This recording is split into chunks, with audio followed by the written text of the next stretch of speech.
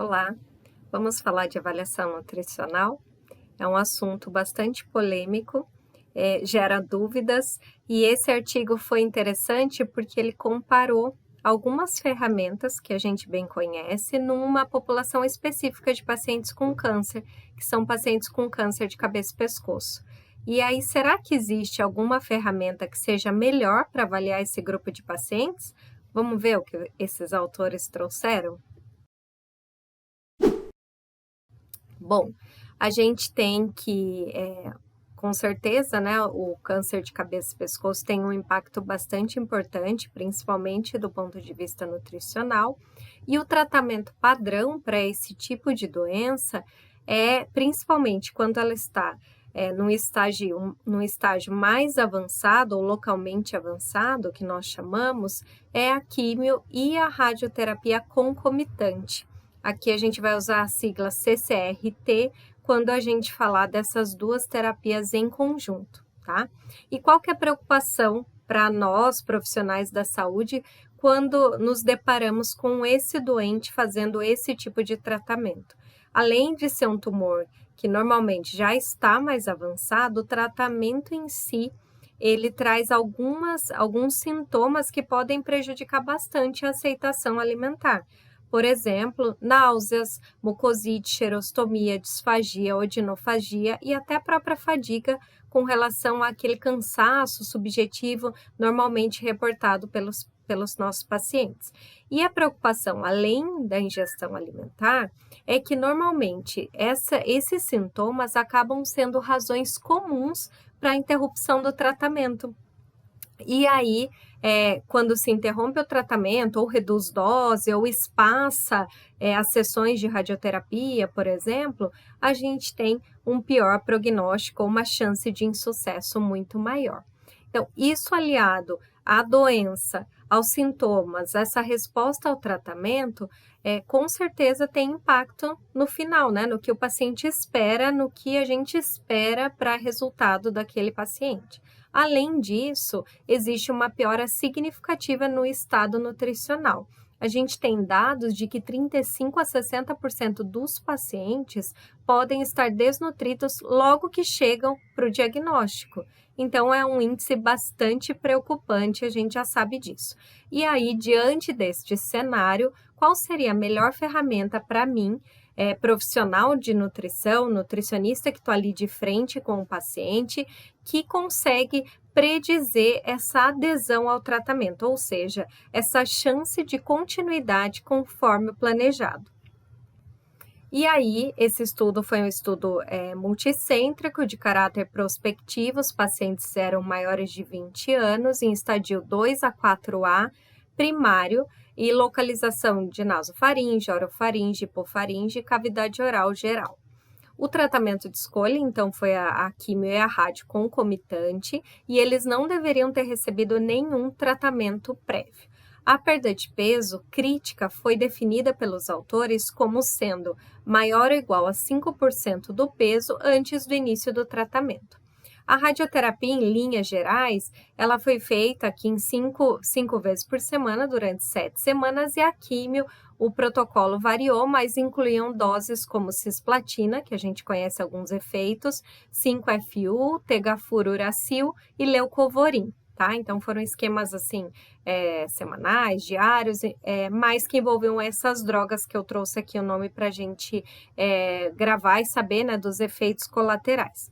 As ferramentas que eles escolheram testar foi a MNA, na forma reduzida, onde um score menor que 12 foi classificado como desnutrido. A MUST, onde o score maior ou igual a 2 significa risco nutricional, e aqui no grupo de análise eles então chamaram do grupo de desnutrido para fazer essa comparação. Isso também tem que ser considerado do ponto de vista metodológico, obviamente.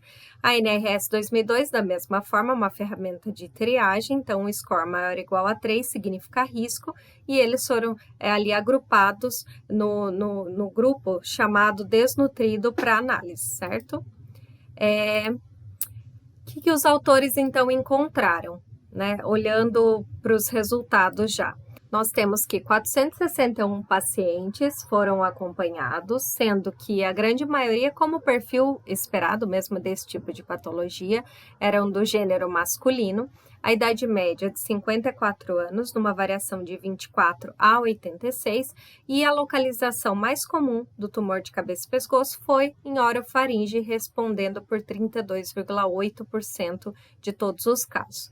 O estadiamento mais prevalente foi o estadio 4, né, avançado ali, 66,2% dos pacientes recrutados tinham esse tipo de estadiamento. E aí, se a gente olhar aqui o gráfico, vocês conseguem identificar a prevalência de desnutrição, né, segundo cada ferramenta, MNA na forma reduzida, MUST e NRS 2002. Aqui eles chamam de prevalência de desnutrição, novamente destacando que nós já sabemos que algumas ferramentas não falam em desnutrição em si, e sim em risco nutricional. De qualquer forma, o que foi interessante também é que eles encontraram uma boa correlação na determinação da desnutrição entre as três ferramentas. Se vocês podem ver aqui, além do gráfico, o coeficiente de Pearson mostra também essa boa correlação, porque ele variou entre as combinações entre elas de 0,80, né, a 0,83, tá? E quem não completou o tratamento?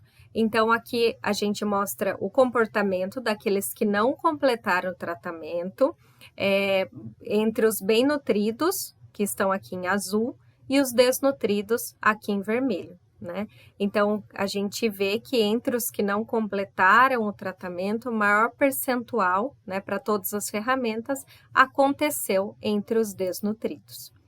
Então, as três ferramentas foram capazes, de forma significativa, de predizer tanto a interrupção do tratamento, ou seja, o paciente não conseguiu completar o esquema proposto.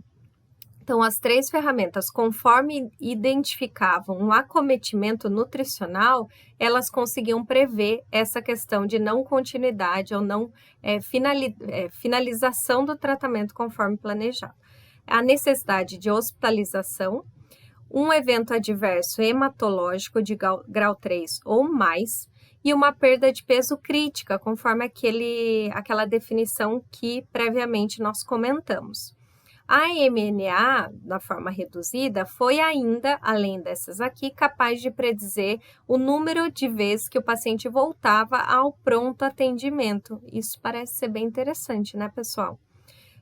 Com relação àqueles que não completaram, que foram 46 pacientes, a gente identifica aqui os principais motivos no gráfico, além da distribuição segundo o estado nutricional por tipo de ferramenta. Mas, de forma geral, antes da gente analisar aqui o gráfico, os eventos adversos do tratamento corresponderam a quase metade das causas que levaram ao paciente não completar o tratamento, seguida de orientação médica para não continuidade, né? Uma outra doença grave e a própria progressão da doença. Então, se vocês forem comparar aqui, independente das ferramentas, de novo, aqui primeiro MNA, MUST, aqui a segunda, essas duas, e aqui a NRS 2002, a gente vê a parcela, conforme as cores aqui, ó, mostrando, e sempre essa parcela é maior, aqui inclusive com relação aos eventos adversos, nos pacientes aqui desnutridos, olhem, comparativamente, né? Até a questão de orientação médica, né, para não continuidade, outra doença grave, presente, concomitante, e até a progressão da doença. Então, a gente percebe aqui, de forma importante, a diferença, o impacto ali, seja da desnutrição, propriamente dito o termo, ou do risco nutricional no desfecho desses pacientes com relação à adesão ao tratamento prescrito. Assim, segundo os autores, nós podemos escolher qualquer uma das três ferramentas para aplicar nesse grupo de pacientes, respeitando as questões para validade interna e externa deste artigo, né, pensando no grupo que ele foi aplicado e avaliado. Mas isso, o que eles destacam e que a gente sabe não deve esquecer, deve ser feito antes do início do tratamento, pois pode ajudar a predizer maiores chances de ir ao pronto atendimento, quando a gente fala da MNA, na forma reduzida principalmente, ou desenvolver eventos adversos hematológicos. Então, que interessante a gente até discutir ou compartilhar esses resultados com a equipe que a gente trabalha, para mostrar o quanto é importante, além de identificar precocemente, usar uma ferramenta que ainda tem uma capacidade de predizer desfechos tão importantes aqui no acompanhamento da jornada desse paciente com câncer de cabeça e pescoço. Aqui está o artigo que eu resumi aqui para vocês, caso vocês queiram fazer uma leitura mais aprofundada. Tudo bem? Então, bora usar essas ferramentas na nossa prática. Até mais!